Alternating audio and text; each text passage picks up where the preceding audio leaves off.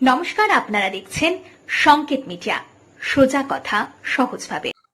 নমস্কার, শুভ সকাল। আজ ঈশ্বর কথা 100তম পর্ব।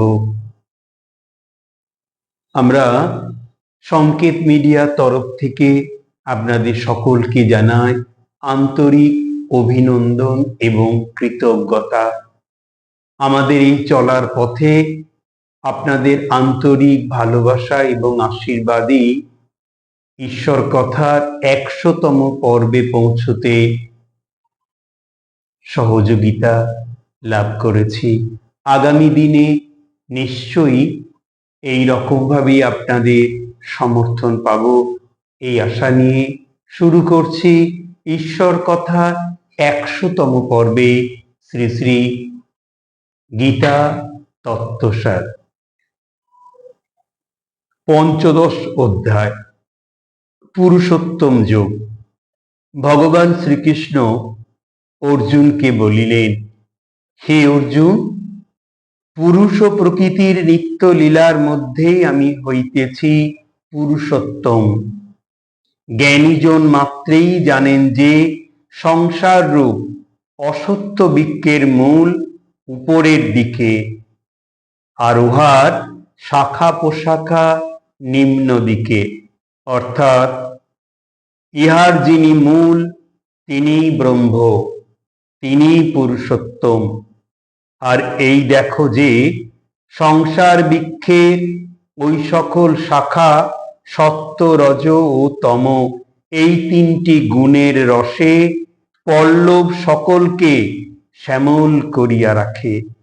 সাধারণ মানুষ এই সংসার বৃক্ষের মূল দেখিতে পায় না। যে সকল মানুষ বৃক্ষের মূলের সন্ধান পায়, তাহারা উল্লিখিত শাখাগুলি ভগ্ন করত পরম পদকে দেখিতে পায়। যাহারা আত্মজ্ঞানের আলোক পথ অতিক্রম করেন, যাহাদের কামনা ও বাসনা সংযত, সুখে দুঃখে অবিচলিত, তাহারা এই সংসার বৃক্ষের সেই মূলের সন্নিকটে উপস্থিত হন এবং তাহারাই মুক্তি লাভ করেন। তাছাড়া প্রত্যেক মানুষ দেহ হইতেই দেহান্তরে বিচরণ করেন। যাহাদের আত্মজ্ঞান হইয়াছে, তাহারা দেহের গমনাগমনের মধ্যে অবিচল আত্মাকে দেখিতে পান। সংসারে দুই প্রকার পুরুষ আছে, ক্ষর পুরুষ আর অক্ষর পুরুষ। সংসারের সকল মানুষ ক্ষর অর্থাৎ বিকাশশীল পুরুষ। অক্ষর পুরুষ মৃত্যুহীন, নির্বিকার। এই ক্ষর আর অক্ষর পুরুষের উপরে পরমাত্মা ঈশ্বর। ষোড়শ অধ্যায়, দৈবাসুর সম্পদ বিভাগ যোগ। ভগবান শ্রীকৃষ্ণ অর্জুনকে এই সংসার জীবনের গূঢ় রহস্য বিবৃত করিলেন এবং আরো বলিলেন, এই সংসারে দুই প্রকৃতির মানুষ আছে। এক প্রকার মানুষ দেব প্রকৃতি সম্পন্ন, আর এক প্রকার মানুষ অসুর প্রবৃত্তির সম্পন্ন। পূর্বজন্মের সুকৃতি ও দুষ্কৃতির ফল অনুযায়ী মানুষ দেব ও অসুর প্রকৃতি সম্পন্ন হইয়া জন্মগ্রহণ করিয়া থাকে। দেব প্রকৃতি সম্পন্ন মানুষ নির্ভীক ও দানেই তাহাদের পরিতৃপ্তি। যজ্ঞ তপস্যাদিতেই তাহারা আনন্দ লাভ করিয়া থাকেন। তাহারা সত্যপরায়ণ ও ক্রোধ শূন্য, ত্যাগ, দয়া, ক্ষমা প্রভৃতি গুণের অধিকারী।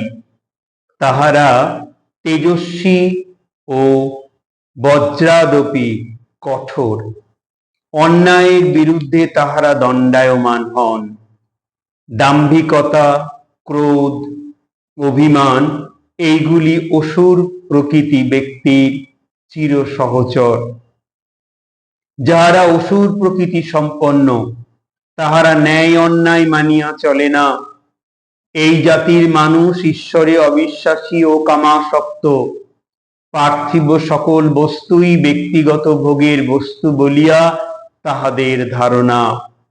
ত্যাগে তাহারা ক্রুদ্ধ হইয়া ওঠে। তাহারা আড়ম্বর প্রিয়, অর্চনাদি ব্যাপারেও আড়ম্বর প্রিয়। ভক্তির লেশমাত্র তাহাদের নাই। তাহারা মানুষকে অপমান করে। মানুষ কেন, ভগবানকেও অপমান করিতে ছাড়ে না। এই সকল মানুষ মৃত্যুর পর নরকগামী হয় এবং সে স্থানে নানা দুর্ভোগ ভোগ করিবার পর পুনরায় এই পৃথিবীর বুকে জন্ম লইয়া থাকে। আজ এই পর্যন্তই। পরবর্তী অধ্যায়ে সপ্তদশ ও অষ্টাদশ অধ্যায় দিয়ে আমরা গীতার এই যে ছোট্ট বইটা দিয়ে শুরু করেছিলাম সেটাই শেষ হবে, গীতা শেষ হবে না। পরম পুরুষ শ্রীকৃষ্ণের আশীর্বাদী হাত আপনাদের মাথায় পড়ুক। খুব ভালো থাকুন। আগামী 101তম পর্বে ঈশ্বর কথায় শ্রী শ্রী মায়ের কথা। Subscribe our channel. Press the bell icon.